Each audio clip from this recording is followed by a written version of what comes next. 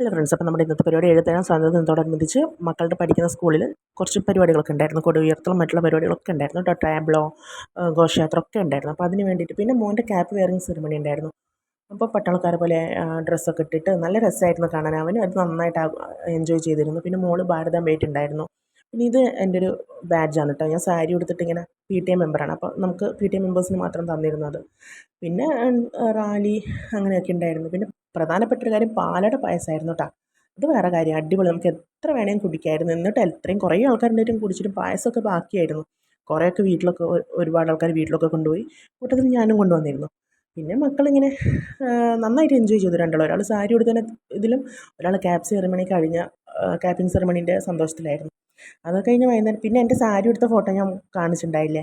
സാരി ഉടുത്ത ഞാൻ ഷോർട്സ് ഇട്ടായിരുന്നു. അതിനകത്ത് സാരി ഉടുത്ത കാണാൻ നന്നുണ്ടായിരുന്നു ചോദിച്ചിട്ട് ആരും പക്ഷേ അഭിപ്രായം ഒന്നും പറഞ്ഞില്ല. എല്ലാവർക്കും എൻ്റെ വീഡിയോയിൽ എന്തോ കമൻറ്റ് ഇടാൻ കുറച്ച് പാടുള്ളതുപോലെ തോന്നി എനിക്ക്.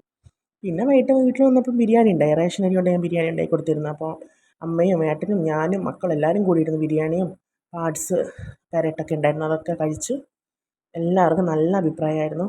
നല്ലൊരു ദിവസമായിരുന്നു അന്ന്. പിന്നെന്താ, പിന്നെ ചേട്ടൻ ഐസ്ക്രീമും കൊണ്ടുവന്നിട്ടുണ്ടായിരുന്നു കേട്ടോ അന്ന്.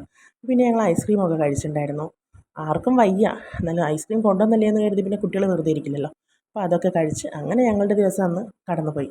പിന്നെ എൻ്റെ ചാനലിൽ ഒരുപാട് വീഡിയോസ് ഉണ്ട്, കാണാത്തവർ പോയി കണ്ട് അഭിപ്രായം മറക്കരുത്. പിന്നെ ഇത് കണ്ടോ, PTA മെമ്പർ ആയതുകൊണ്ട് എനിക്കുള്ള ID കാർഡാണ് കേട്ടോ.